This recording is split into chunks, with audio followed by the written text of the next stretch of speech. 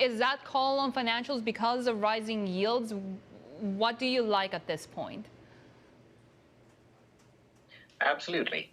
I think financials, particularly in the relatively developed part of Asia, if you look at the Hong Kong market or Singapore or Korea, they are the clear beneficiaries of yield ascent. And, they tend to have a significant expansion in the net interest margins. Partly we have seen that, but we think a major part of that increase in yields is yet to come. Of course, in the Asian financials, we have also thrown in the Indian financials into that mix for a different reason, because in that case, the balance sheets of the corporates and the non-performing loans situation has improved vastly over the past couple of years, and we think they're likely to continue to do so in the foreseeable time horizon. So that's really our thesis about the Asian financial space. It was really interesting that you made the call on India as well, because we have seen the country being singled out a little bit with the commodity surge, that they are taking a bigger hit than other Asian countries right now. So what is it that's appealing about this market? Despite this massive FII selling in India over the past 5 months, we have maintained our overweight stance on the market, primarily because of two reasons. First, we think that the economy is in a relative early stage of an economic upturn, potentially driven by a capex cycle. Maybe not right now, possibly about 6 to 12 months down the line. But the signs are clearly emerging as a consequence of the various supply side measures that the government has taken over the past 2 years or so. Second, as I highlighted, that there are quite a few sectors in India which are available. It's a very widely diversified market. A wide range of sectors are available to investors to play. Many of them are beneficiaries of the energy and other materials price buoyancy. Many of them are beneficiaries of the currency depreciation that we have seen, like the IT services. So it's a combination of this relatively early stage of economic growth cycle, and the wide variety of sectors available to investors to play that drives our decision.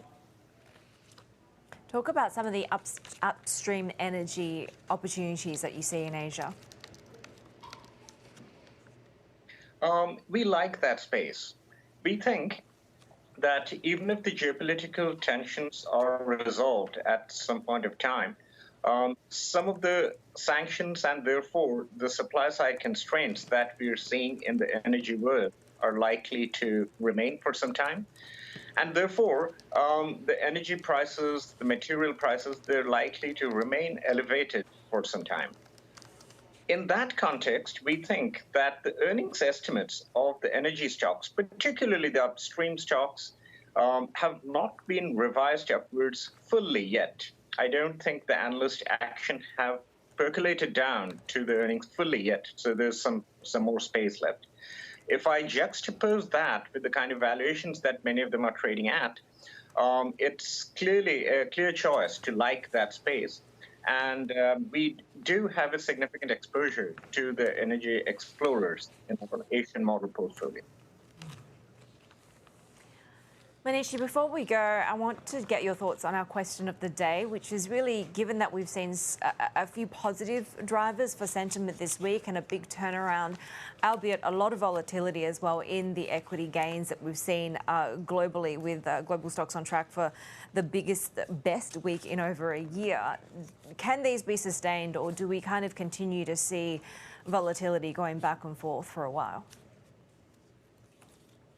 In the near term, I don't think there's any escape from volatility. We have to grin and bear it. There are just too many variables that have been thrown into this pack that we have to deal with right now. Earlier in the year, we were only dealing with the uncertainty surrounding the global central bank's reaction function to inflation. Now we also have to deal with geopolitical tensions, and we don't have visibility about how exactly that situation is going to end. There are policy decisions being made in China the recent reassurance has come as quite a tailwind for the market, but we have to look at the implementation going forward.